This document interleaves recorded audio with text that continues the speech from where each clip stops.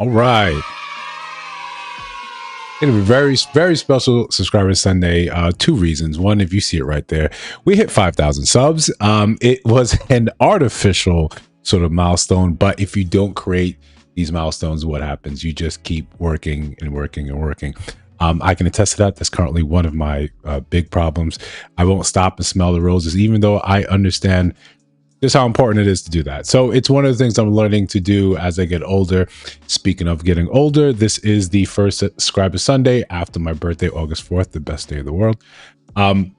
So yeah, it looked like the YouTube algorithm finally, for once, I want to say for once, I don't want to be seen, ingracious, but it finally sort of like throughout the entire process of being on here for a little over a year, there have been times when the algorithm has glimpsed our way and said, hey, good shit, right? Good shit. Proud of you. Here's some attention, right? It's one thing I learned. I learned big time about being on YouTube. Effort doesn't necessarily turn around to mean subs or success. But when the algorithm does look and say, you may have something here, if you don't have anything there, it doesn't care, right? It'll just say, oh, I thought you were working. I thought you were about it. I thought you were real. My mistake. I keep it moving, right? So thankfully our discipline has won the day. And for the last 2 days, Instagram said, YouTube said, oh, I kind of like this stuff. Let me push it out. And when that has happened, traditionally, the channel has done well. So yay to all of us for that effort. And crossing that threshold right around the birthday was I guess YouTube's present for me. So of that, I appreciate that. For those of you that have reached out, that do know in real life that have reached out, thank you. I appreciate you. For you guys that have often told me, stop, do something nice for yourself, I'm listening. I'm a hard-headed in that way. I'm hard-headed in that way. So I'm trying to work on that.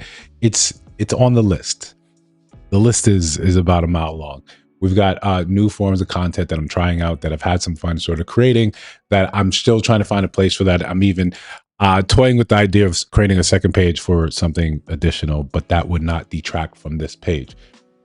i.e., I'm signing myself for more work, but when you enjoy it and you get to push the boundaries, that's kind of the point. That's why we do some of these things. So with that being said, 5,000 subs. If you are new here to the channel, you just subscribed in the last couple of days, Subscriber Sundays is for subscribers. It is it is kind of like a show. And the show format is very simple, kind of. We have topics under love and money, right? Then crashing out, agree or disagree. And then we're going to talk about our topic today. We'll segue to that in a second. We're going to talk about topic. But if you are new here again, if you're just checking out the stream, feel free to subscribe to the channel, double tap that screen to give it a like, and jump in the chat. These are one of the greatest ways that the algorithm can know that, hey, this channel is active, something is happening here, and I can push it out to more stuff, more people, which is always the goal, right? We want that YouTube play button. That's 100,000 subscribers, and we're right there. We're knocking on the door. We're knocking on the door. We'll be there soon. In the meantime, and we know this is a multi-year sort of affair outside of some chance encounters. But besides that, we're here to do the work. The very first video on this channel was about discipline, and we're trying to exemplify that. Simple. But sugar babies, right? Sugar babies. I stumbled across an article, and I mean an article, not a TikTok or a reel or someone said I overheard at a bar. An actual article published by the New York Post. And for those of you that grew up in New York or familiar with the New York Post, right? In terms of, there's a definite slant there. There's a definite slant there. But besides that, we're going to focus on the article because we're talking about Sugar Babies 2.0. The difference being you have wealthy, independent women still wanting a sugar daddy, right? Still wanting the transaction, still wanting the nature of the relationship. We're going to get into and talk about that, why it's important for a couple of different reasons. The first, obviously, being, well, we can, when we act as adults, when we peel back the veneer of everything that we're looking at, the veneer being the civility, pretending that, oh, I like him for his this, or I like her for this. Sometimes it comes down to brass tacks and says, this is a transactional sort of relationship. A lot of the stuff we see online talking about in sometimes unequivocal terms about how transactional dating is. And we look and we like to isolate that and say, oh my God, how terrible over here. Look at how they're thinking. Look at how they're moving. In reality, we may be looking at something completely different where, no, this is the state of play.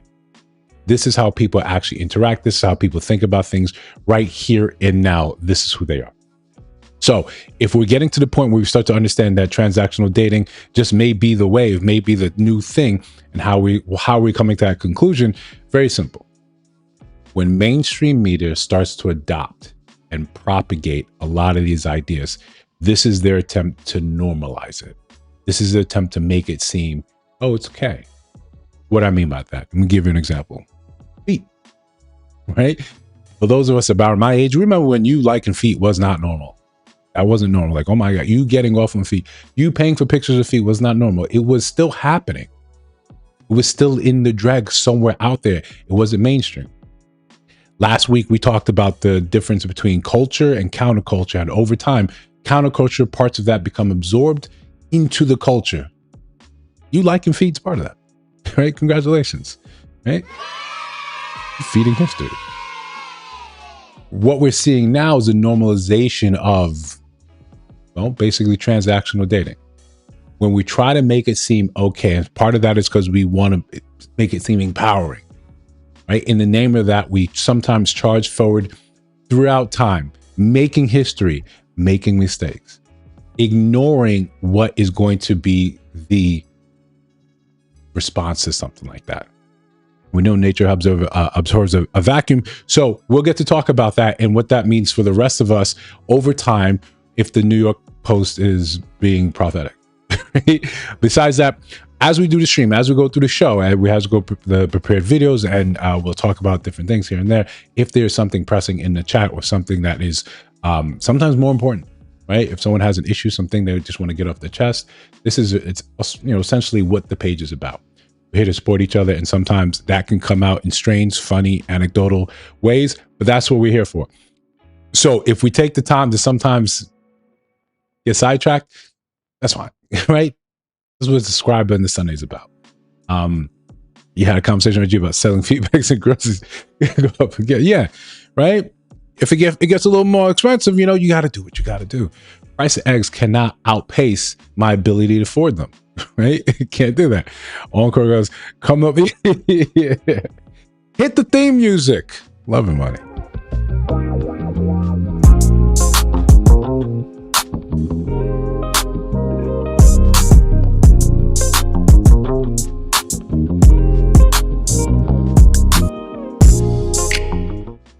All right, so listen. When we're speaking about transactional, right? When we see the way people talk about these things in dating today, when I come across some of these videos and I'm saying, okay, we're going to use this right here. We're going to use this and talk about this and this way. And hold on, don't worry. You may put together a kink or fetish show, right? I was considering that. I came across some videos. I said, let me slide that to the side somewhere. When I come across these videos and people, and I see women, right? Because I'm a heterosexual guy. I'm seeing women talking about, you got to pay all my bills. You got to pay all the things. If you're not my type, it seems like a complete non-starter. It's just a complete non-starter. And we don't really talk about people's looks in that sort of sense here. Because, sometimes my mom may check out the show. I don't want to have uncomfortable conversations with her. But there is a certain look we expect when you start saying some off the wall, stuff. We expect there to be a commiserate type of style look. I'm chilling. I'm scrolling on Instagram and I come across this video with these two beautiful girls, right? But hold on. This video is not necessarily just about the girls, but there's a comment that was made. And I really need to put this comment to light. Hold on. Make sure y'all just get a good look at these fine ass women because I'm about to take y'all somewhere. Okay, let's go. Get a look. Get a look. You see, I took my mug out there for a reason. Right? Take a look. You see them. If you ask me for money, this is what I expect you to look like. I still might say no, but I won't feel disrespected when you ask. The math is mathing over there. I read that comment and I was like, yo, like. This really made sense because, like, when the human eye catches them two, like as a man, you already got to think, yo, if I approach these two, me and my man's approach these two, we might have to spend a little something tonight. And that's okay. Look at them. They're beautiful. They young, they nice, they don't even look like they got a lot going on. They take care of themselves. That's what the human eye caught, right? My thing is, there's too many girls who got a where the money at attitude, and they not even looking half as this, and they got a lot going on. That's the point right there. that's the whole point right there. We adopt some of these ideals that were never really ours, and men do the same thing, right? We're not immune from this. When you see men talking about and again, this is just in my normal perusal of the old interwebs, where you end up seeing something like, I saw someone saying, it was under Brittany Renner's post, and these people trying to clown her, say, yo, she's washed up. And he said, I'm looking in the comment section, oh yeah, and I would never. I'm like, you know, you lying. Like, come on. If she came up to you and said, I need you to pay my bills, this half the internet would probably follow and say, yeah, man, I could do that. I could work something. I'll work something out. You have to have that certain appeal for those conversations to make sense. But we have an internet now where everyone is expressing their use of democracy in the most creative ways. And you see some of these people where it's like, well, has that ever happened to you? Like, has that ever happened to you where just based on the way you look, right? Just the whole concept of saying, yo, I'm a 10, I'm a perfect 10. Looks, all that, I'm a 10. You don't have 10 outcomes. Right? That's the greatest thing that's going to show whether or not this is true or not. Do you have these actually outcomes? Are people beating down your door? Are recruiters or model agencies running you down and say, I need you on the billboard in Times Square? No, it's not. It's not. So when I hear, oh, you got to pay all my bills, I'm looking like, I want to be right here. Yeah, I want to be kind. I want to be kind. Say I want to be kind. Yeah, you know, she can kick rocks, right? Red Lobster Shrimp Fest, yeah. People running bills, even that. Yeah, come, someone's gonna save her, right? And it might be some regular dude like you and I. Just come and say, "Hey, guess who I ran into yesterday? My wife." Right? And they're like, "Who?" Brittany Renner. And you're gonna look at me sideways. But part of you's gonna be like, "I kind of get it." Like, I kind of get it. I kind of get it. So when you don't look that way and you have that type of outlook or thought, which is, come on now, right? Who we lying to? Who we lying to about this? We're lying to. We know dating is already fraught with so much, issue, danger. It's difficult in itself. If you say, right, yes, much lesser. When you look and you like, I guess, right? I'm not, this is a say something nice exercise. So I'm just like, as long as you're happy.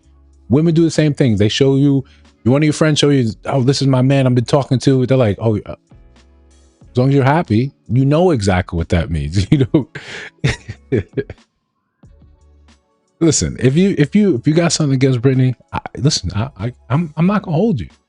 It's a beautiful woman, though, right? It's a beautiful, flawed woman, right? Terrible decisions, but this is what pretty privilege gets you, and it's undeniable because we talk about it. Because she makes a video and people care. People look. We have opinions. I make videos all the time.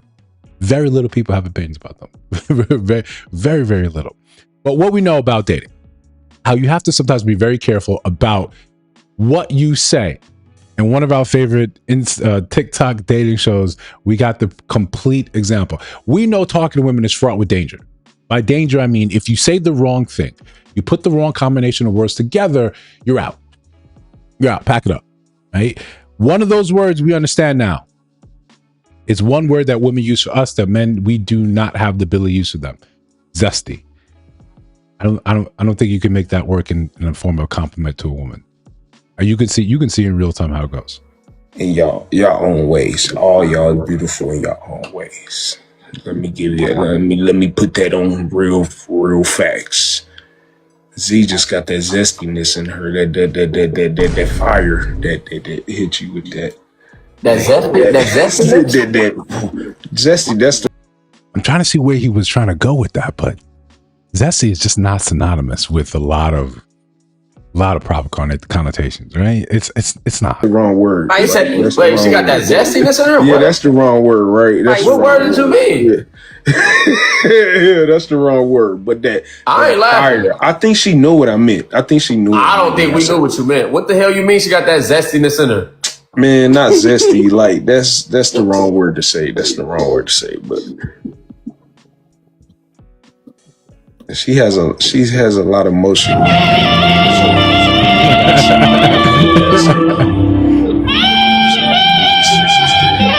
Don't do that to me. Don't do that to me. Please don't. Just get your man out of here. You can't say stuff like that. You can't say zesty. You can't do that at all. Listen, listen. If you don't, it's definitely the wrong word. Bigger deal than the lady, right? They did, but they all knew it immediately at that point. It was a wrap, right? It was a wrap. It wasn't happening. It's just I think those are one of the opportunities where you gotta go back and just like, hey yo, what the fuck? You gotta go back and say, I apologize. There's just a lot of beauty in this virtual chat room. Right? I'm trying to find the right words. I'm trying to be impressive. Right? It came off wrong. I don't mean you're zesty as no. Right? But after that, after hit the sax, oh man, it was about it. Right? It was about it. But listen, as we were talking about, right? Spicy. Maybe if there was Latinas in the room, right? But following zesty with spicy, you get ahead a lot. You just get ahead and log out, right? It's fine. You just log out. Just that's that's all it is. Like Pauly Shore. So look, we get it, right? We get it. Back to our normalization of certain kinks. That's what I'm telling you. Right now, here and now, there's two things that we want to cover here. There's the feats, right? There's the feats, and then there's and then I know a lot of you here, right? A lot of you here are uninitiated. And I say uninitiated almost like you don't really know about the Matrix. You're still plugged into the Matrix. You don't know the Matrix exists. So this, but you guys have supported me. So you've been here. So a lot of topics that I've talked about, you guys have said off the side. I had no idea about that before you mentioned it. So there is a lot of things that you were still uninitiated to because you guys are innocent, law-abiding citizens, which is A-okay. But I want to introduce you, especially my sister jumps in here. I want to introduce you to another one, and you may have heard about it. I saw a woman today. She posted a photo of her pedicure as a joke, but she didn't say joking. She just said, I'm so glad that this MAGA pig slid into my DMs and paid for my pedicure. So MAGA, you understand that already. Pig part, right? There's men out there. I'm going to leave it at the men. There's men out there that are pay pigs, where they get some sort of feeling, attention, or arousal for paying for women. Right? I'm not that, right? I count my coins. I don't get it. But the world is vast. And people out here are still people.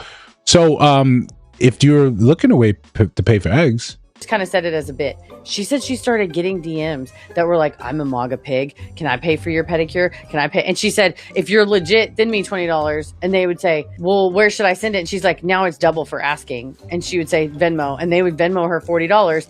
And then they would be like, tell me what I need to pay for. Let me buy you a coffee, and then send a video of yourself just like throwing it on the ground and stepping on it. Like they're pay pigs. Get your bag. And I was like, how do I get some pay pigs? You post a feet pic and call out the MAGA pigs. She said she's making like thousands of bucks. I was like, do it. They'd just be like, I just want to see the bottom of your feet, or like, tell me I'm a piece.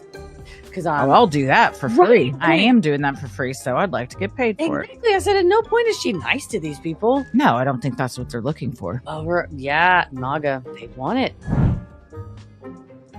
Now, this isn't just a MAGA thing. This is maybe some kink, maybe some low self-esteem. I don't know. My mom gave me hugs when I was young, so I avoided having whatever it is that's happening here. But some people get off on it. And as long as you're willing to degrade, there's money in that for you. right? So I know it's not Monday. I know it's not Money Mondays, but maybe some of you thinking about job applications, right? Or other areas where you can supplement your income. Here you go, right? Being mean to men, it's not that difficult. It's not that difficult. You just, yeah, it definitely is something. It is what it is. And it's stuff you come across, but these people are paying. These people are paying. People pay, right? And we what do we say all the time? Fair exchange is no robbery. If you're into that and you can find a source, so be it. That aside, what we're talking about today, right? We get a little sampler about that, talking about sugaring, and specifically also the age gapness of it. And more specifically, sometimes of the double standard attached to that, why one way typically gets outraged and another way is frowned upon, even though the same way is represented both ways. You've got a younger woman, an older man. The man is the most terrible thing. The woman's empowered. Now, again, fair exchange, no robbery. If you both are into it, like the post that we put today about this older man trying to get this younger black woman pregnant, okay, collect your coins. But it's not as if people are uninitiated, right? They're not like us. They understand the game. And you can see this right here. And this one gentleman understands what is happening here. It's almost as if you're playing with fire, but you need to play with the fire to cook the meal, to be warm. But at any time, if you get too close, too complacent, fire's going to do what it's supposed to do. You keep putting everything on me about this house. Remember, my name ain't on it. And you want me to continue to keep doing all this. If he wants me to decorate our home, I need to be on the house. I need my name on something, paper, black and white. It needs to be done, and if you don't want to do it, then say, I'm not going to do it. She just wants to have her name on something and not participate in the labor that it took to get the home. So let's figure this out, right? It's very simple. He has the home prior to her. She's here now. And she's like, yo, if you want me to decorate it, by the way, they're married, but if you want me to decorate it, I need my name on the deed. Men, that doesn't really make a lot of sense to us. Outside of you being a pay pig, if that's your lane, that's your lane, right? If that's your lane, that's your lane. But men don't understand it because they're looking at what it took to actually grab and obtain the property, what it took to get the home. And let's be fair, let's make this genderless. If a woman has a place and then yes, married, right? You don't think he was suave enough? You don't think he was suave enough? Yeah, married. Yeah, now married, right? In the guts, right? All that, doing the thing. Fair exchange. But now he's owned this property before she was there. Now she's coming and saying, yo, if I got to decorate it, I got to be on the deed. And he's like, that don't make no sense. I see you want equal, right? You want equal authority without equal effort. You built the company and then she comes along and says, yo, I need to be made partner. This stuff tends to work when you're younger, when you haven't built the Fortune 500 company first, when it's still sweat equity. That's why you see someone like Jeff Bezos, when him and his old lady divorced. Yeah, she was in the beginning. She was in the beginning. We looked at it, yeah, it makes sense. In the beginning, but someone that just arrived when the finished product, when his name is on outside of the building, his trucks are up and down, causing all types of mayhem with delivery, sometimes not delivering, sometimes saying they delivered. Now you want to come in and say, I need my name on his deed. You're playing with fire in terms of, I'm going to get close enough to where I'm going to enjoy the fruits of this, the fruits of your youth and your nubalness.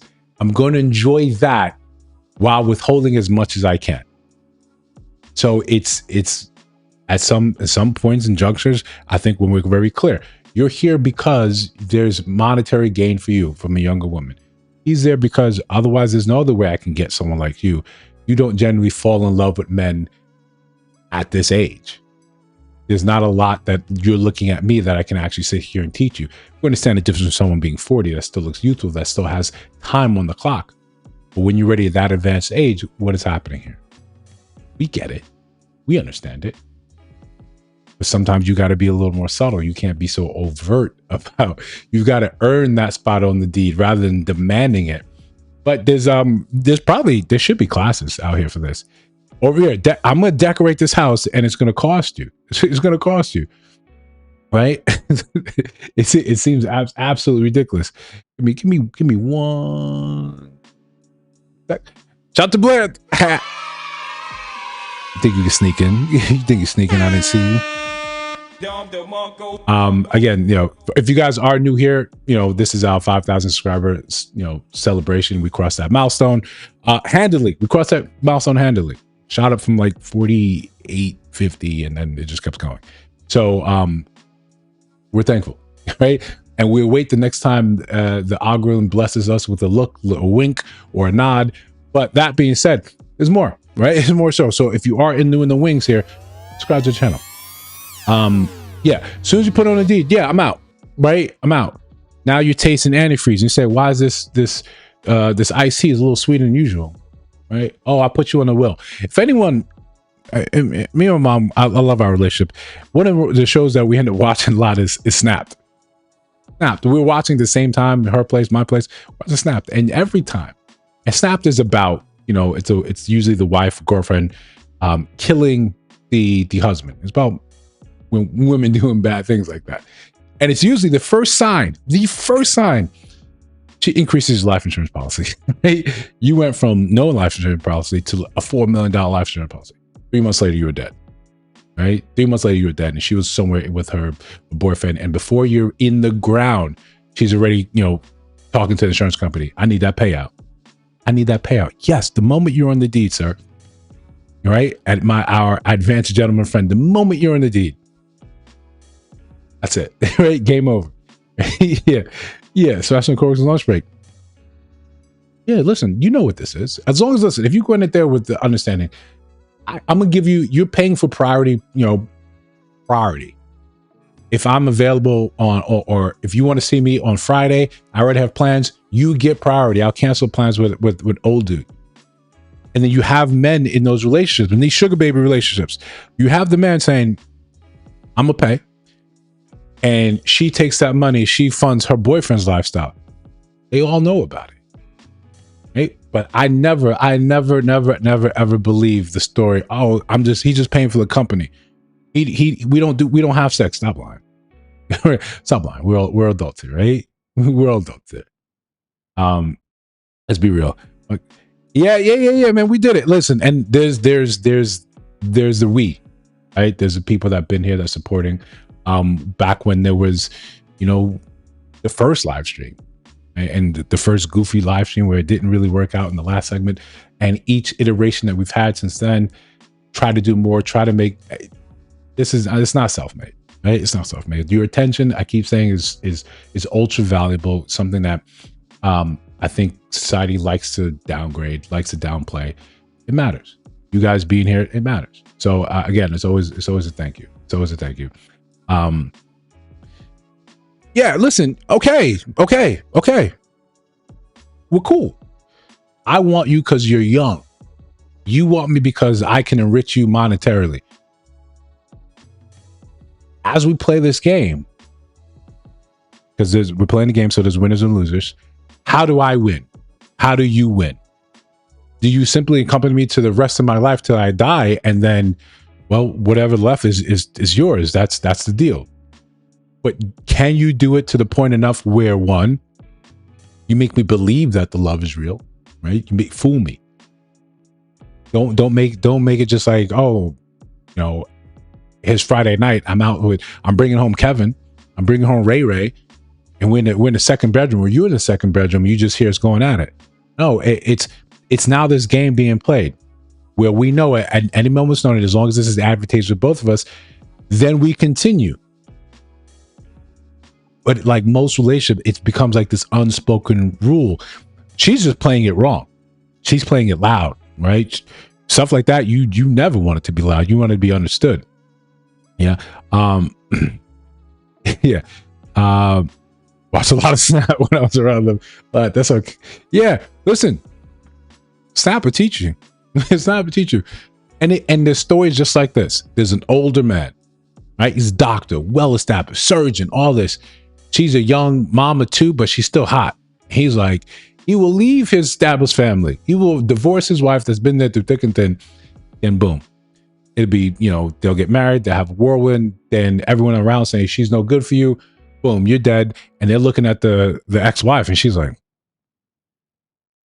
what you want me what you want me to say? Hey, what you want? Like, she'll, and sometimes it'll be the worst. She'll still have love for him. She's like, I tried to tell him. Listen, couldn't be me. Right? Couldn't be me.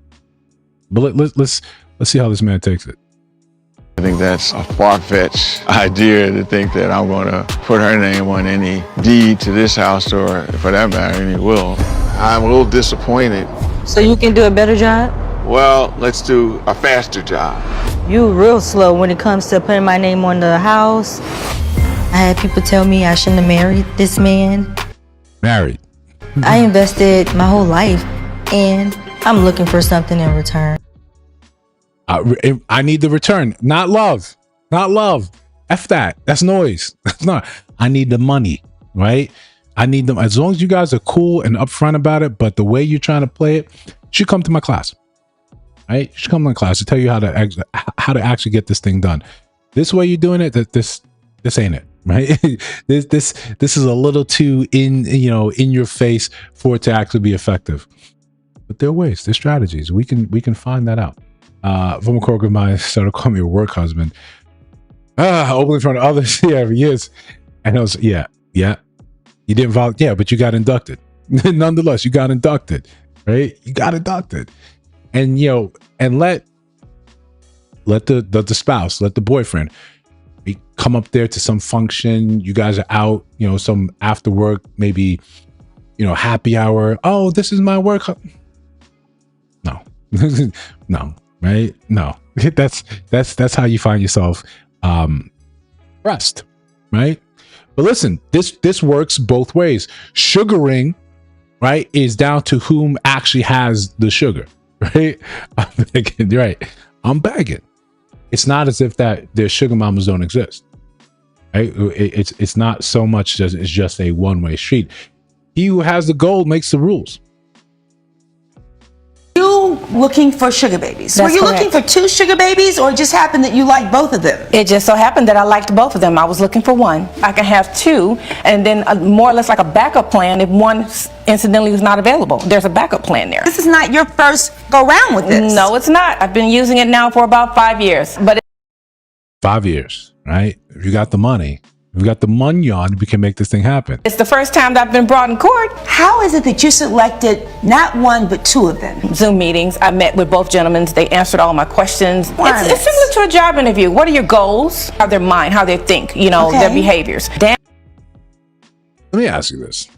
If you're selecting a sugar, representative, a sugar baby, how much of it, how important are the goals? I mean, I guess if you're trying to use it in this case, you want some arm candy, you want to be able to bring this person around to specific events to increase how you may look and be perceived.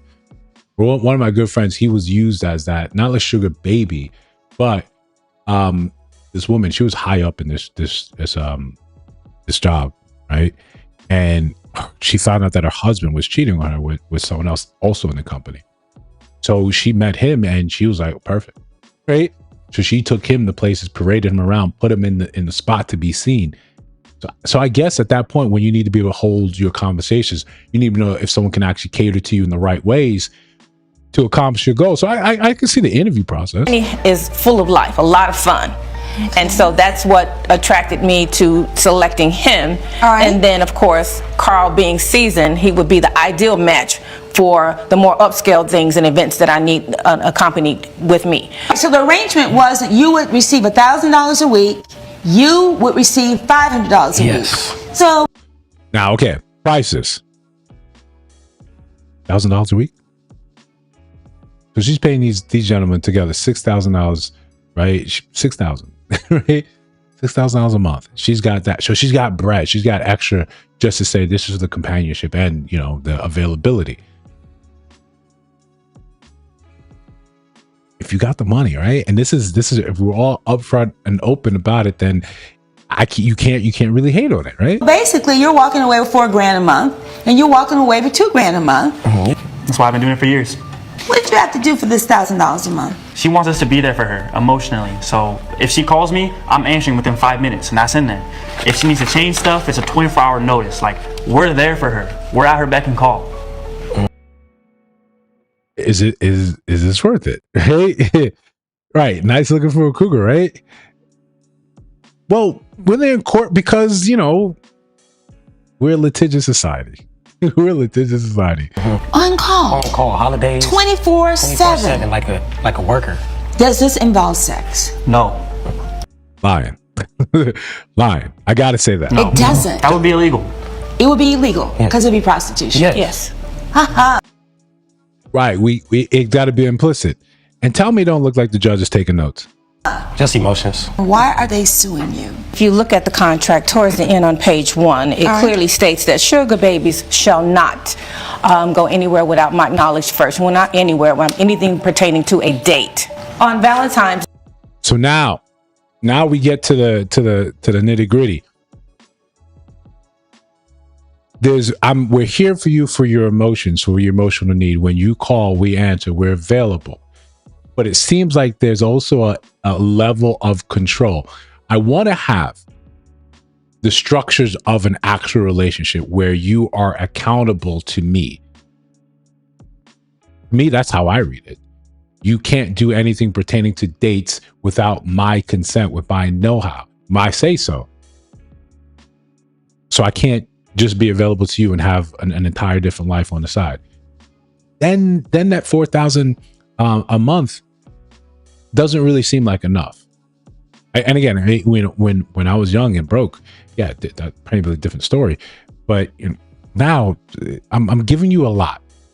I'm giving you a lot of me for a very, very small fee. Today, I was actually invited on a real date. According to the contract, I gave them 24-hour notice advance to let them know that their services will not be needed on Valentine's Day. They had the day off. I went to my favorite restaurant. I was totally shocked when I looked across the room and saw them both there together, sitting at a table, seeming somewhat cozy. Of course, we friends. This is my sugar. He's not my This is my sugar brother. Sugar brother. My sugar brother. Well, I'm learning so many new terms today. I suspected that they were on a date with each other. Because they are working together to something romantic between the two of them? Well, 2, 3, 4 a.m. text messages first thing in the morning. I mean, they're supposed to be reporting to me, not to each other like that. We need to talk. We're a team. Was there anything in Holden? Right, we are Holden. We are Holden. Yes. Hey yo, what the fuck? Yo, no, I'm texting them at 3 a.m. so we can strategize so how we can love you better. Is there anything in the contract saying like I can't like you can't contractualize affection or love or how I look and how I treat someone? these text messages, other than the timing, that made you think that they were Hold on, that's good. that's good. That's good. That's good. That's good. Yeah. That's zesty. Right? That's how you use zesty, sir. That's how you connected use somehow, other than purely to fulfill this contract and as business partners. Nothing. Paranoia. I am going to enter judgment for the co-plaintiffs in the amount of $6,000, $4,000 for you, Carl, $2,000 for you, because those are consistent with the terms of the contract. Yes, ma'am. There's nothing further. For reasons I've stated, judgment for the co-plaintiffs will stand adjourned. All right, so we got sugar mama, sugar daddy, we got sugar brothers. I'm assuming there's maybe sugar nieces, nephews, and such. We're learning so much. Oh, you're definitely doing 3 ways. But, right? But can hold up. So it's a no on Brittany Renner for you, but it's a yes for this? I'm confused, right? Yeah. I'm confused. Use your common sense. I'm confused. How we get there? How we get here? But yes, you're definitely doing 3 ways. Why would I be paying you guys for this? right? And the three ways have to be, you can't longingly look at each other's eyes. You can't do that. That's not in a contract. Again, overly litigious. So you see, you can right? Everyone watch this man right now. Everyone watch that man right now. I think that yo, this is the game, right? This is the game. He who has a goal makes the rules until a judge takes notes and says, you got to pay them. Now, I want to note something critically important, right? Something critically important. She was completely unfazed. Okay. Hey, okay. They thinking they won. You cut off the bank. You lost your job. Because you guys wanted to go to a nice restaurant for Valentine's Day. You lost your job. Right? You both seem happy to be doing profession. The one with the higher, the 4,000, he seemed very well versed, and so I've been doing it for years. As long as you don't have a gap in your resume when you come applying for other jobs, who are we to disagree? Who are we to have a say? But again, listen, Subscriber Sundays, we're having a little bit of fun, right? A little bit of fun, a little bit of becoming initiated into the world of sugaring. Right. So I listen, for those of you that are super curious, there are websites, like most things. There are websites. There are places where you can go, you can find out where this is and how this is a whole economy. But to each their own. In another light, sometimes you see the fringes of this depending where you go, depending where you hang out. I've seen this. I think the last time it was the most obvious I've seen it was this time I was at the W. Downtown Dallas, and we're in there, and I'm watching this gorgeous young woman with this very old, frail, and she's sitting down there looking very elegant. He comes in there, and then she's making a whole show of being interested in what he's talking about. And I'm like, right? The industry is alive, right? The industry is alive. Yeah, but listen, you made that happen. You finagled it, but you got the money. So again, you get to make the rules. The rest of us here, we just got to crash out. I got road rage, been burning rubber so reckless. I'ma crash out. I got road rage, I've been burning rubber so reckless. I'ma crash out. I got road rage, I've been burning rubber so reckless. I'ma crash out. I got road rage, I've been burning rubber so reckless. I'ma crash out. Got 100K on my wrist and my.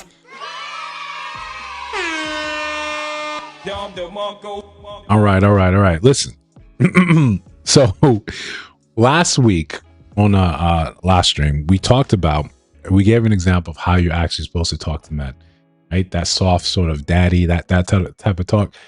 It goes this, it takes us a while. And I just had to include this, and I may have covered this before, but just how not to talk to us. How not to talk to us. You talk to him like this? That's why it's important for him to be that kind of partner for me. Do you talk to him like this? Like what? Like how you talking to us right now. Do you talk to him like that? You over talking. Yeah. Tell me a lot of women. Yeah, tell me you talk to him like that. I'm gonna tell you something. And you expect him to be a ride or die for you. Can I say this? I ain't gonna say a lot of women. You. I was sitting here listening. There's no way in the fuck, because I done dealt with this. There's no way in the fuck. I'm gonna sit here and take you serious when you doing this shit to me. I got a mama. Or had. I don't need another mama. I need a partner. Yeah. My partner in business or anything ain't gonna talk to me fucked up and make me feel this big. Yeah. First of all.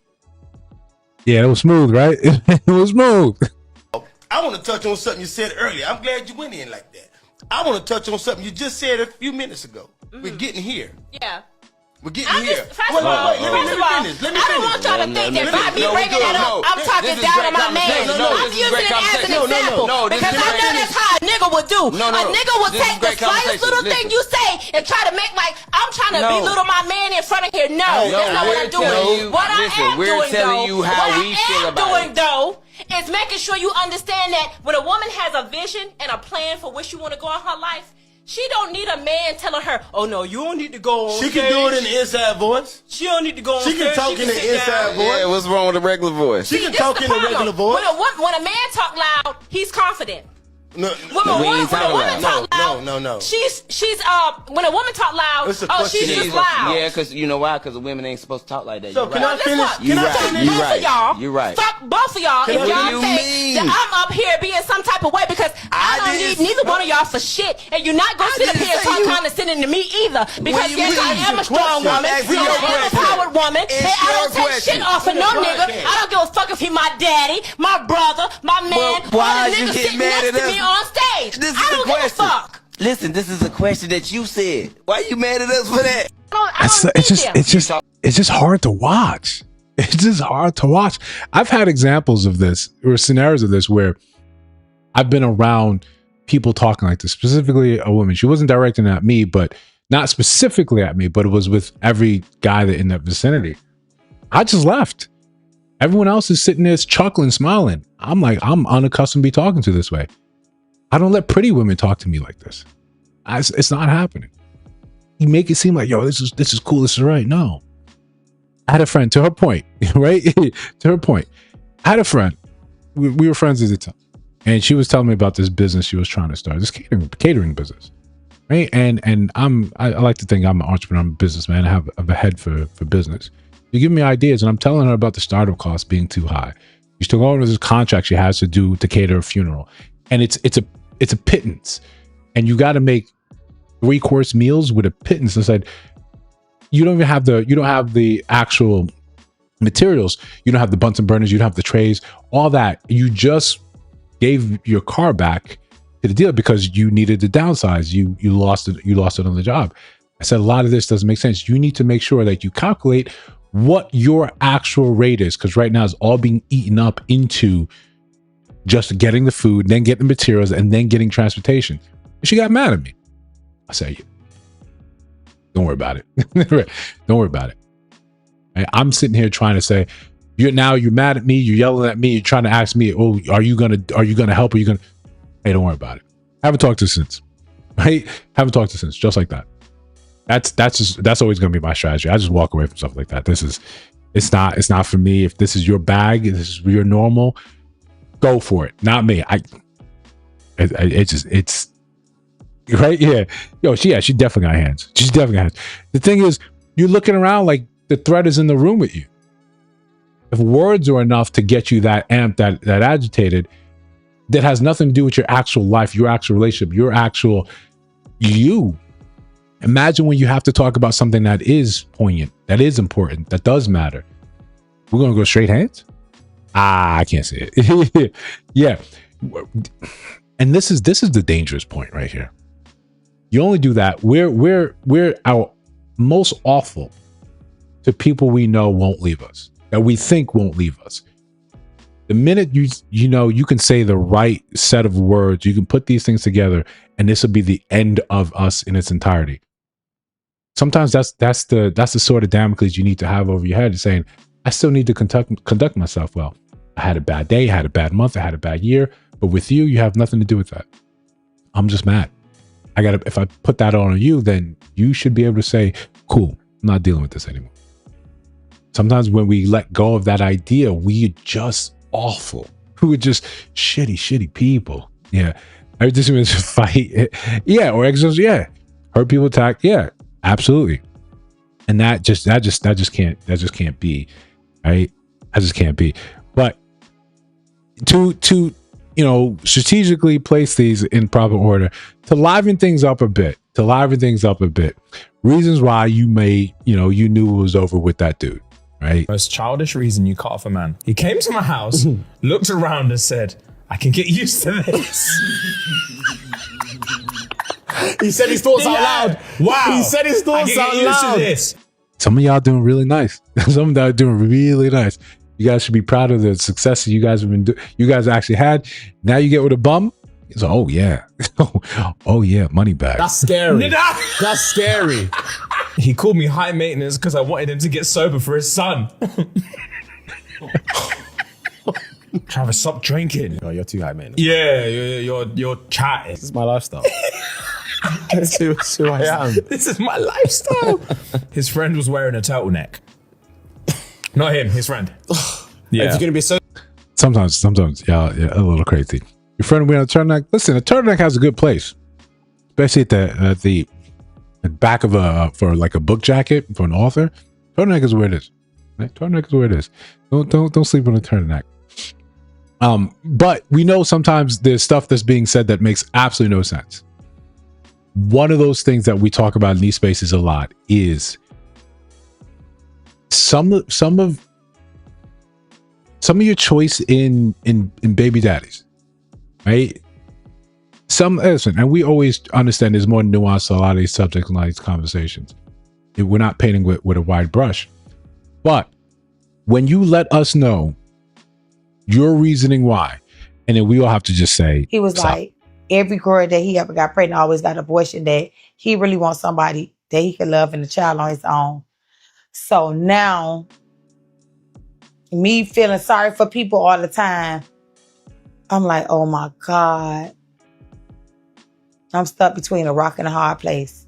No, you're not. Do I have a baby from a guy that I don't even know his name, that's fighting a murder charge, that I don't know what's going to happen, or do I get an abortion? And I had a baby from him. Hey, yo, what the fuck? That's stupid. Use your common sense. Murder charge. You don't know his name, right? You think it's Andrew, it might be Toby, right?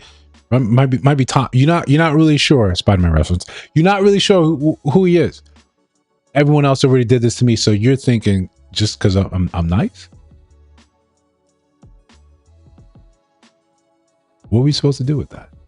Like at this point, the sympathy that I could possibly have, I gotta reserve it and say, are you okay? Have you done stuff like this before? You can't be that easy to. I understand guilt tripping people. I can't guilt tripping you into a lifelong, change in your entire life. That's another level. That's another level. And I want to put, if this was Kelsey, I put money down that he was lying to you. And he had other children out there. I'll put that good money for that. Right? I'll put that good money for that. Right. You just got to be like, no, this can't be. Right? This can't be. But again, this is what I say. This is crashing out. This is why we're like, yo, what this doesn't make any sense. This doesn't make any sense. So for our last little segment on crashing out, you tell me, you help me. I've watched this 2 times and I still struggle with following this. Why she popped and the reasoning behind. You got any question for him? I love that you have the mental health thing going on and you have like traveling couch. What is it with you not allowing people to eat on your couch though? Growing up, we used to have mice and shit. And the mice used to be in the couch, and they used to eat your chips while you was on the couch. So yeah, our mice was disrespectful, and I don't play that shit no more. I don't even want to be the trauma of it. I'm cool on that. Yeah, it's trauma. That's fine. So what about that? What about that was like wrong? Right? I thought that was humorous. I thought that was clever. Right? Disrespectful mice. Right? I thought that was good. All right, hold on. Why you pop though? That was really loaded. Like, what was that? Is that like no disrespect? Is that like a Philly thing? Like, why you have mice in your couch? When I was a young boy, like where we lived at was just what it was. I used to live like a train station and we used to have field mice. But you're not young now though, right? No, but it's like trauma. This is the part where I'm lost. Sometimes men don't know how to But express if you helping people with mental health and you still have unresolved trauma, like how does that really work? Oh, because most of the time their problems are bigger than my problems, so I'm perfectly fine with So that. it sounds like you're judgmental. Never. Just say you don't like them. Just say you don't like them. Oh, okay, well, No, I'm good on a traveling couch that I can't eat on. Yeah, you can eat. I'm kind of. She eat in the bed too, so that makes sense. Hello, what? You definitely eat in the bed. I ain't gonna lie. What's the? Wait, eat in the bed is crazy. Hold on. You gotta eat in the bed. Hold on. So you don't like that he eat on his cat? Like why? He has a traveling couch, right? And he's helping people with mental health. So if, food is part of what comforts them, he's just eliminating that. You know what I mean? Like you gotta think outside the box. And then your traumas, you're putting that on other people. I'm definitely outside the box. I don't know. The whole traveling couch idea is it's outside the box. It's outside the box. The mice are in the old couch. This isn't right. Like, don't eat on the couch. For those of you that have gone to therapy and have gone to therapy in person, do you eat on your therapist's couch? You don't. you don't. You're there for a different reason. It's I don't know. I'm just good. No, I mean you seem really nice. No, you lost your fucking mind. Hold on. You lost your fucking mind. Yeah, it's perfectly fine. That's fine. Hold on though. Like, do she got a point or she wrong? Did wrong. What is she talking about? I said when I was younger. Explain it. I said when I was younger we had mice, and the mice used to do what they do. They was very disrespectful. I'm not saying where I live now we have mice now and do that shit. I'm just saying be respectful. Don't put your fucking crusty hands on my couch. And that's what she looked like she probably would do now since she popped a fucking balloon. Got me fucked up. You look like the type that eat Doritos and go like this on the couch. I'm gonna commit this shit. So Doritos, not Cheetos. And my mental health is going to be outside the box like you told me to be. I'm going to jump outside the box. And you're going to have to clean it too. Oh, man. How you feel about that? Keep traveling with your couch, sir. Yes, ma'am. We going to wrap that up. Go back now. What's wrong with her? It's a lot going on. Yeah. Normalize, you're right. Normalize calling people out for like, that's stupid.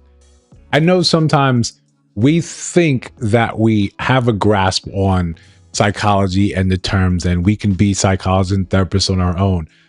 But sometimes when you allow people to talk and you look at them, you listen to them trying to make connections that just don't make any type of sense, that don't actually exist there.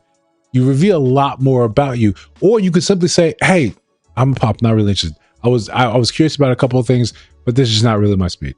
I'd rather you open your mouth and just say, I don't like it because you're bald, rather than walk down this thing and just you sound dumb.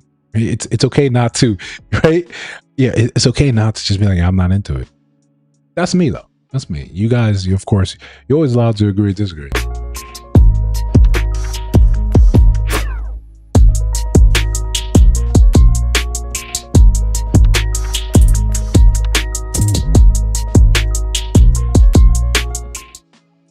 All right, agree or disagree? We disagree. We're talking about something that sometimes it's dicey. It's dicey. We have this idea that you're supposed to do your very best to keep your family together at all times, right? You're supposed to do that, but is there a point in time, say you guys are getting divorced, your parents get a divorce, and unfortunately sometimes kids pick sides. Sometimes there's a side to pick. Dad cheats on mom cheats on dad, and you like, you did that to us, to the family, and it's harsh. It's hard for me to look at you the same way. But sometimes we pick sides in divorces. Now, what happens if you pick a side and then you say, I'm done with you? Does that father, right, who has a daughter that says, I'm done with you, do you have a right to be like, cool, right? Over time, it's like, all right, cool. Or are you in this position where you're supposed to invariably always try to reconnect, always endeavor to bridge gaps? Or are you allowed to say, if this bridge is cut, if this bridge is burnt on one end, I can burn the bridge on the other? Essentially, are you allowed to actually have a different type of relationship, a severable relationship with your child? Most of the time we see it happening one way, right? Kids like, I'm cutting you off. I'm done with you. This is toxic, blah, blah, blah, blah, blah. End of your reasons. Is then the parent allowed to say, you know what? I hear you. I'm gonna honor that, or at least or just say, F you too. It's tough, but let's see. You let me know if you agree or disagree. My daughter just contacted me after 17 years asking if I want to meet my granddaughter. Am I the asshole for telling her that I don't care about her or her daughter and to never contact me again? I am not sure if I'm an asshole. Going to provide some background. You say fucking kids? It's your kid? I am in my 60s now. I was married to my ex-wife and we had a daughter. Our marriage was going through its ups and downs, but I was really close with our daughter. But as our marriage was going through its difficulties, I made a huge mistake I still regret to this day. I started having an affair with my coworker. She was that would be the coworker that said, "Oh, you're the work husband, right?" That's how it goes. In a violent, physically abusive relationship at home. We became friends at work, and things just escalated from there. She got, quote unquote, an out from me. She got the support she needed to file for divorce from her husband, who is currently in jail now. The affair went nowhere, and we called it off shortly after, but I was glad she got off of her abusive relationship and that she was safe. But when my ex-wife found out about the affair, things expectedly didn't go well. She lashed out and said a lot of horrible things about me to our daughter, who was 15 at the time. It happens, right? You try to keep the kids neutral, try to keep them out of it, but you know, especially the kids are perceptive, especially the older they get, they can understand more and more nuance, more and more situations, but 15 is still an emotionally charged age. I admitted full fault with the affair, but even after the divorce, I sensed that the distance between me and my daughter was growing, until one day, my daughter said she wasn't going to speak with me anymore, and she was going to cut me off from her life forever. That was the most painful thing anyone has ever said to me. I begged her to please reconsider. I still remember that day. But time passed on. My daughter kept her word, and after trying to reconnect with her for the first year, I gave up. I found out from one of my mutual friends that my ex-wife married a great guy. I was happy because I was hoping that would remove the hatred for my ex-wife, and my ex-wife would advise our daughter to at least rekindle a relationship with me. But that never happened. I moved states a year later. I'm at peace now, but still have some aching sadness. I've retired. Both my parents have passed away. My brother passed away tragically a couple years ago. To be honest, I am waiting for my turn. I have only my dog and my sister left. A couple of hours ago, my daughter called me on my phone. I haven't spoken to her in 17 years. I instantly recognized her voice, but I didn't feel anything. No happiness, no sadness, just indifference. She was crying a lot on the call, and we caught up on life. She's married, and she had a daughter who's now 12. She apologized for cutting off contact, and she says her mom asked her to reconnect with me, as her mom felt guilty about how everything played out. She said she really wanted me to meet her daughter, and her daughter was constantly asking about granddaddy. But I wasn't feeling anything. After we caught up on everything in our life, I told her I don't care about her and her daughter, and to never contact me again. I then hung up. Yo. Yeah, listen, you're right. You have a right, right? You in that sense, you have a right to cut anyone off out of your life. Good, bad, whatever. You have that right. Does that person not also now have a right to a response? Right? It's this nonstop circle of hurt. Yeah, I think he's an asshole for it, for sure. But I don't think he's like, it's unjustified. You have the right to be wrong, to be an awful human. But now you're like, I would hope, I would assume that if you saw past that indifference and that hurt, that wall that you built up to make yourself feel less bad about what you did, and then your daughter's response, I think you'd be happy to have her back in your life and happy to meet your granddaughter. But some people are hard-headed. Some people stay that way, right? Some people stay that way. 17 years is a long time to be undone in a conversation. And one would hope you would understand that and cost you nothing to have another conversation, cost you nothing to see your daughter. That might be the thing that breaks that ice wall in your heart. I don't think you don't have the right to say, no, I don't want to do anything to do with this. You may be an old, stubborn, curmudgeon sort of man, a shell of yourself, but it's still your awful right to have. You're still an asshole, though. You're making asshole moves. Yeah. These are consequences of his actions. This is, yeah, you're cheating. You have a family, not just a wife. You have a family. There's kids involved. You decided this is what you're going to do.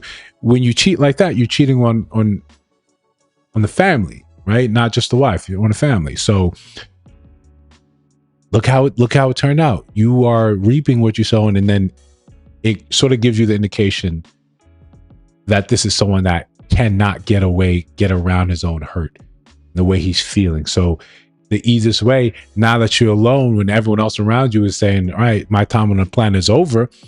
Now you want to say, let's have this entire conversation. Let me talk to you. Let me catch up on our lives. Just at the end to say, I don't want to talk to you anymore. They never contact me.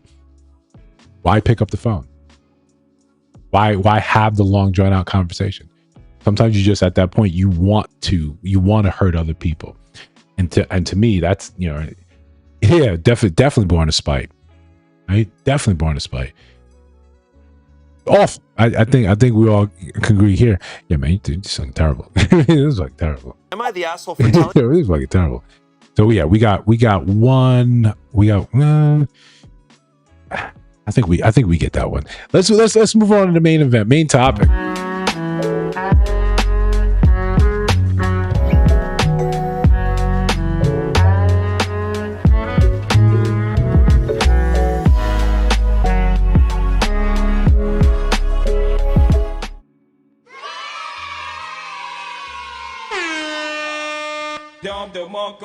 All right. Also, for our old boy in the other segment, right?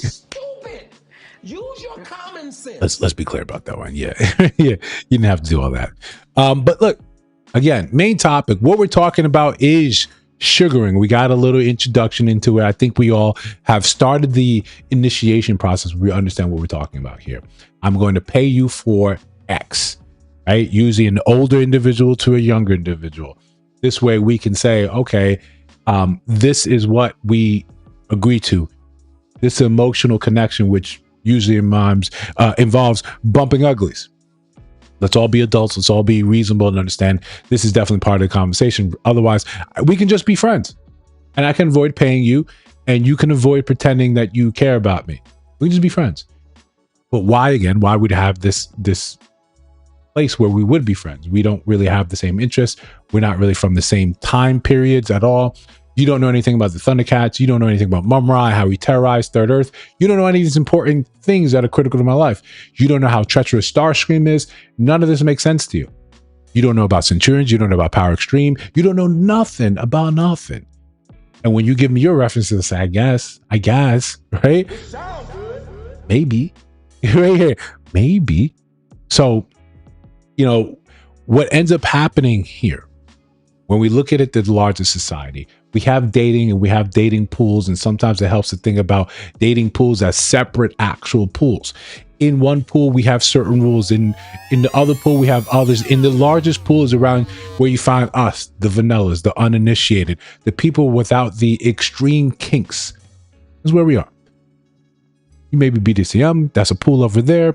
You may be into cuckoldry. There's a pool over there for you. You may be into sugaring. There's a pool there. Now, what happens when people say, I want to merge this pool with the mainstream? This is a natural occurrence over time. This is something that happens, like we talked about with you now putting toes in your mouth. This is now a thing you do and no shame about it. You go to work and you share pictures with Greg about, hey, these are toes I liked. Take a look at these. And he's like, oh, it's nice. Right? But you ain't see nothing. And he shows you another one. Right? This is what happens. You look and you compare the colors of the toes. You saw the subtle off-white. Now look at you. American Psycho over toes. This is how it progresses. But usually fetishes and kinks get swallowed up, pun intended, and that just becomes the norm. We all accept it. We move on. We say this is part and parcel of now what we call normal sex. This is now what people do. It's okay. And when you don't participate in it, we look at you like, are you okay? Are you not? Right? What is up with you? Now we say we have a different pool from you, the dysfunctional pool. But what happens when we have society trying to put its stamp of approval on things and push narratives in a certain direction? This is what I feel is happening with Bang Bus. Yeah, right. But the fact is that we know what Bang Bus is. Part of culture. Right? But when you have mainstream society trying to put its dip its finger into the pool, right? Dip its finger or two in various places in terms of the sexual market, you can sometimes see the idea behind it, what they're trying to do, what they're hoping to somehow accomplish. And a lot of it starts with the idea of just somehow empowerment. I want to make sure that we understand here how it's another way to empower women, to saying it's okay for you to behave like this. It's okay for you to entertain these sort of things that we once believed were sort of naughty, right? Make sure you can see, you can see her on the screen, right? So, all right, Jessica could most likely land a date with any man she wanted, right? The leggy model and influencer turns heads walking down the sidewalk in jeans and t-shirt, never mind on catwalk, and she's got nearly 150,000 adoring followers on Instagram account. Now, for those of us that are initiated on Instagram, we know that's not a terrible amount. That's not a terrible amount. That's not like, oh my God, 100. It's not. Listen, and this is me being jealous over here, but it's not like a crazy amount. But notice the tone of the article, how we're trying to hype it up and say she's got no issue finding a man, none whatsoever. Right? None whatsoever. But you have trouble finding what she was actually looking for: financial security. I wasn't having the best experience. The eligible gal confessed to the post of her IRL dating encounters. Right? Too much trial and error and too many unanswered questions going into many evenings. And she was fed up with being told that her quality standards were too high. A common refrain we hear. We don't typically hear that from women that are uber attractive. We don't usually say, oh, you can't get what you want. What we do end up with people saying, Brittany Renner's not attractive. We know you lying. We know you lying. We know the truth. We know what's happening here. And then, prompted by a close friend, the model signed up for a dating website specifically aimed at matching security-seeking women. Again, watch the terminology. Watch the normalization of it with partners who can and want to provide for them. If we boil some of this down and we get down to the root of it, see what I did there, the root of it. What we're saying is, I'm paying for your time. Are we not? This has always been the context we're making, where we took keyword prostitution. We took that, we dressed it up, we got it a new outfit. We tried to color it and make it nicer in nicer terms, make it more available to the mainstream, make it seem like, hey, no, you're just paying for my time and priority, and then you help me with my living expenses. But we boil it down, we get to the lowest common denominator. What is actually happening here? So when we consider it, we have, and I apologize to put my face on here when you were just used to looking at her. When we look at it, when we criticize age gap relationships, what are the first things people say? One of the first things people say, you guys have nothing in common. What would you have in common here? Why is the sugaring 2.0, why is that not looked at and say, okay, what I have in common is you have something I need, and I too can use the same refrain. You have something I need. This is a commonality. Again, apples to, well, actually apples. If I'm down on Figueroa, I'm on Hunts Point, right? I'm on Harry Hines, right? Again, for those that are uninitiated, these are places where you go to pick up woman of the night. Now, you have something I need. And she says the same refrain. You have something I need. Same thing. Same thing. When you boil it down, it's the same thing. You're thinking because, oh, wow, your denominator has 20, mine has 5. We can get from yours to mine very easily, right? When we leave out the, I've got 150,000 subscribers or followers on Instagram. I'm a model. I'm tall. I'm pretty. When we start cutting down and we get down, we see, yeah, it's the same equation. When we get around the high price dinners, which we shared this bottle of wine, right? We were out here, the vibe, all this 3-star Michelin, it was so phenomenal.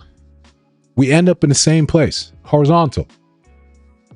We just took extra steps to judge it up, right? We seasoned the pot, the stew, before we boiled it down. But when we boiled it down, what do we see? Rutting individuals in there. But one is made to seem like it's okay. You can see the same thing, the same process, the same attempt that we've made for such a long time in trying to normalize sex work. We try to take the stigma and shame out of it. It's fine. It's her choice. It's her body. She gets to make those decisions. And largely we said, bam. That's some straight up logic. I know, being born and raised in New York, we have this mentality of live and let live. Do what you want to do. Just don't do it in front of my face. Don't ask me to participate. If I don't ask to participate, do you? We have that sort of ideal. So it appeals to me when you say, it's my body, my choice. I get to do what I want with it. Okay. On the back end, we're trying to say, well, what is left in the wake of this? When we normalize and take the stigma and shame out of some behaviors, we don't see why there was stigma and shame in them in the first place. Let's take it back, right? Let's take it back. Like two hops one time. When we used to look at promiscuity as shame, it wasn't because women back then were so chaste and pure and did not enjoy having sex. Despite what the tabloids, despite what people may say, no, it's enjoyable, right? It's probably one of the most enjoyable things you can do on the planet outside of eating something from Cinnabon. When you did not know about calories, it was fun. It was enjoyable. It was, oh my God, this is the best thing in the world. But we understood the dynamic of what was happening at that point in time. Back then, in order for a man to enjoy one of the most pleasurable experiences that he can have on this planet, he had to conform to the rules. Part of those rules are saying, you are stronger than me, you make more money than me, you have the power in this world. Now my issues need to be your issues. You need to take care of me in order to gain access to this. And men said, you goddamn right. Said, look, I'll take that deal. That was what was normalized. They understood that the power that they had was because men desired that thing from them. And they couldn't simply access it because they said, give me, I want it. No, there was societal hoops you were supposed to jump through, like going to the Castilian. You knew it was time to stand up at this point in time. Hold out the chair. Use your napkin this way. Use this right fork for the salad. Use this for the... You got it. There were rules we adhered to. So the society says what? I want this to be equalized. I want you to be able to make your own choices. I want to equalize you to a man. Side note, this is a conversation. Part of the conversation I was having with Blair earlier in the DMs. Not like we were sliding DMs. But only men understand how insignificant their lives are, how cheap it is to spend it. You know that from war, you know that from society, you know how somewhere of us will take our own life, will self-delete, and how society at large does nothing about it. Most things that plague society as a whole, it is society's duty to sort of fix. Feminism and the changing times in mainstream said, I want to equalize women to men. But we were like, our lives are cheap. Yours are precious. No. I can do everything you can do. I want to be able to do everything you can do. I demand to do everything you do. I demand the equality. Okay. Okay. Then what happens? Again, remember, this is society pulling us along and saying, this is fair. This is what we want. In the name of justice, in the name of freedom, in the name of all things that Superman stands for, this is what you should be adhering to now. Then what happens? We open up the sex. We make it liberal. We make it transactional. Then what happens to the value of women? What happens to the value of sex? What happens to the thing that we used to hold? Yeah, we kicked out the pedestal. We said, welcome to our world. It's cheap. It's cheap.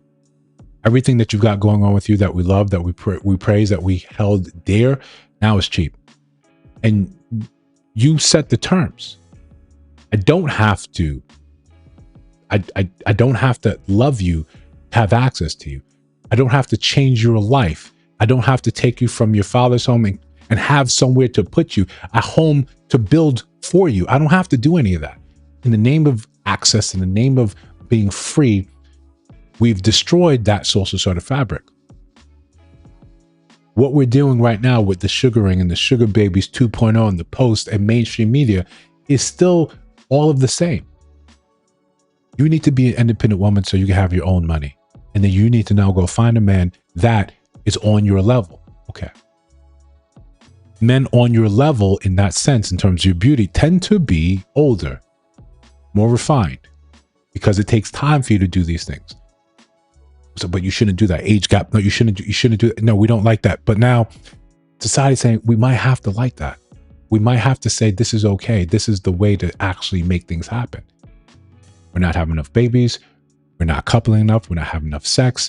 These are real problems that the society is looking and saying, how can we make this a non-issue? Well, let's open up the floodgates even more. What happens? You make a transaction. Now you have people that don't look like the young lady you highlighted. You have people saying, he has to pay all my bills. It does not matter about my status. Does not matter what I have going on in my life. That is his duty in order for him to get what? We've opened it up. We made it transactional. If it has a price on it, it is cheap. You look at someone like her, gorgeous, model-esque. There's a man with disposable income that would not have access to you at all. But you've opened up the door and you said, you can have the thing that's most precious to me as long as you do these things for me, because I deem them the most precious. It's only later in life that you may start to question that and say, is that the most important thing to me? Because like we saw earlier with the sugar mama, if I'm paying for this, I have rules, I have expectations. And when you break these things, even as stringent, even as stupid as they may seem, the deal's off. The deal's off. You're taking the thing that used to, right? We Helen of Troy the thing. Used to make men say, okay, well, listen, we need an excuse to go to war. Helen's a good reason, right? Or used to motivate men to the highest highs. The poets, the sonnets, the artists. Motivated you to get in shape. Motivated you to become part of who you are today. And we said, nah, it's available for a price. All you have to do is maneuver yourself into position where you can afford it. Hell, maybe you and your boys can go in on a deal. If you're selling it, it's cheap. There's always a way for people to amass amount of money to buy you. That's how we should be looking at it. And when you have the New York Post trying to highlight these things and make it seem like this is genuine, this is how it should be, there should be no shame attached to her from setting up into this sugaring relationship because she just can't find her matches. We've allowed this sort of ideal, this delusion to exist, and say delusion because it's not really in line with what most people say they want. You want someone closer in age to you. You want someone that you can enjoy life with. Yet you're saying that he has to have these things, these figures, this ability to do this. And we know a lot of that simply comes with age. A lot of us here, millennials of the same cohort, we're getting to that stage in life where the money is starting to come in a little bit easier. Part of that is because you start understanding about delayed gratification. You start to see some of the benefits of delayed gratification. Your job, you've been in it long enough. Some of you for 15, some of you 20 years, to the point where now they're paying you the big bucks, but there's not a lot of room at the top anymore for you. I can't keep giving you pay gaps because you're near the damn end. You're looking down the hill of retirement. You say, I got another 9 years, 10 years, 15 years, and then I'm out. Now the money's coming in because you also understand where these expenses don't need to go. Yeah, I don't need this, that, or the other thing. I can be at peace with what I have. You learn how to budget. You learn how to understand. What this ends up doing is saying, oh, it's payday. I wasn't aware. I forgot. Okay, the money's supposed to go here, here, here. Oh, wow, it's accumulating. Compound growth has been my best friend and is working for me. All right, great. These other investments paid here. Okay, great. They're paying off and time is doing its number. So now you got disposable income. Now you meet that qualification outside the age. But if money is the most important thing and I can have access to your most important thing, I don't think you understand how you come off, how you don't come off on top of this scenario. This is one of those things where someone is leaning on delayed gratification and another person is ignoring what delayed gratification could possibly do for them. I can understand you're young, you're not going to be pretty forever. But when you lean on this and say men are willing to pay for this, there's some men that what you charge is cheap for them. Because I bought a cheap product. I bought a cheap product. What do you think I'm going to treat it as? Are you going to treat your 89 Tercel the same way you're going to treat your Lamborghini is Aventador, is Storado? You're going to treat them the same way? No, because one, you understand what it took for you to get that. Now here you are on my arm over dinner, and I'm showing you the flashy things, but this is my Tuesday. This is a normal thing for me. This is your highlight. Now this gets me what I actually want from you. It sounds good when it works, when we create the narrative of how it's supposed to work. But we never talk about what happens on the other side of it. When the sugar goes bad. What happens when it's sticky, when you can't pull it apart, when when people decide, I'm done with this sugar. You still got a whole box of it. Yeah, I want something else. I get to decide. You know what? I want agave. I want agave now. Done with the sugar. Doc says I need to lay off the sugar. I want agave. What happens? Because the nature of the relationship was transactional, as long as you had no feelings involved, it's just over. That money that used to support you or used to be used, whatever you used to get this treatment, you're still in the same boat. You're not looking for this man to be with someone. You were trying to do that and not having any luck. This is not the solution. This is a detour. When this sugar situation is over, and typically it might be over because his attention is elsewhere, either from work, family, or some other sugar baby comes up that is the version of you were 2 years ago. Where does that leave you? Still in the same dating pool. Just with more time wasted. Now you went from 32 to 34 and thinking now the men that have been in the same dating pool, you come and your standards are now saying, I'm even more rushed. You entertained the detour and thought it somehow changed the shape of the game. And mainstream media is pushing it like, yes, this makes sense. This is the way to do it. This is the greatest thing you do. You're single, independent, you make your own money. Great, great, great. And never stop and say, what is it that you're really looking for? Are you looking to find someone to be with, to start a life with that just happens to be on your level? Yeah, you might have to look harder. We understand that. It's unfortunate, right? The scales are not equal. You have to look harder. Those type of men, they're going to have you compete with them. That's a distraction. It's a sweet, tasty distraction, but that's what it is. Now, of course, on this channel, we never tell people what they should or should not do. Enjoy yourself. This is one life. You get to do what you want to do. You just got to accept the consequences right behind it. That's the rub, right? That's the part of it that's like, you're going to have to still deal with those. And those are your consequences. There's no one else. You can't offload it to someone else. You can't make the rest of the world and society say, hey, all those things you did, now it's okay. That student loan debt it's okay. Don't worry about it. No, it's still attached to you. It's still your issue. It's still your issue to solve and figure out. We'll just look at you and say, what's the plan? What are you supposed to do? Now, when you come back to the regular dating pool and you say, yeah, this is what I used to do. My last boyfriend, he did blah, blah, blah. Was that your boyfriend? He was 20 years your senior? Or was that your sugar situation? If that's your sugar situation, that's really not what I'm looking for.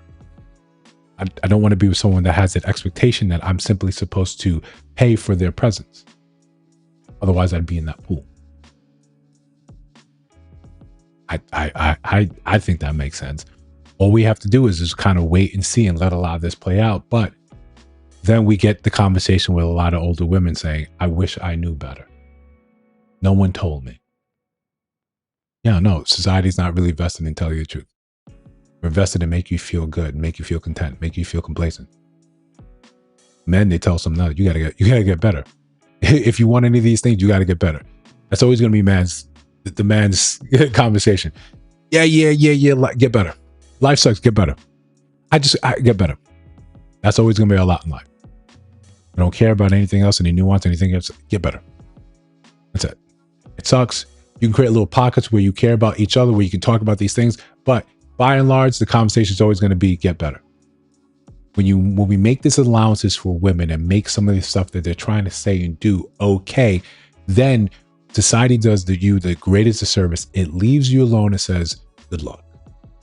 And when it fails, they come back and say, who are you again? My attention is focused on a new crop, a new generation, a new group to influence. You can go to court and get sued by your sugar babies. I don't care. Look, that's been Subscribers Sundays. I hope you guys enjoyed. It's always great putting on these things. This is one of the most entertaining and fascinating things I do. If you are new here, again, subscribe to the channel. Double tap.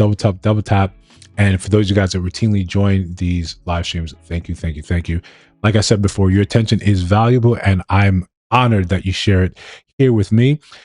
That being said, hopefully Money Mondays, we can do that tomorrow. See you guys there. We're gonna talk finances.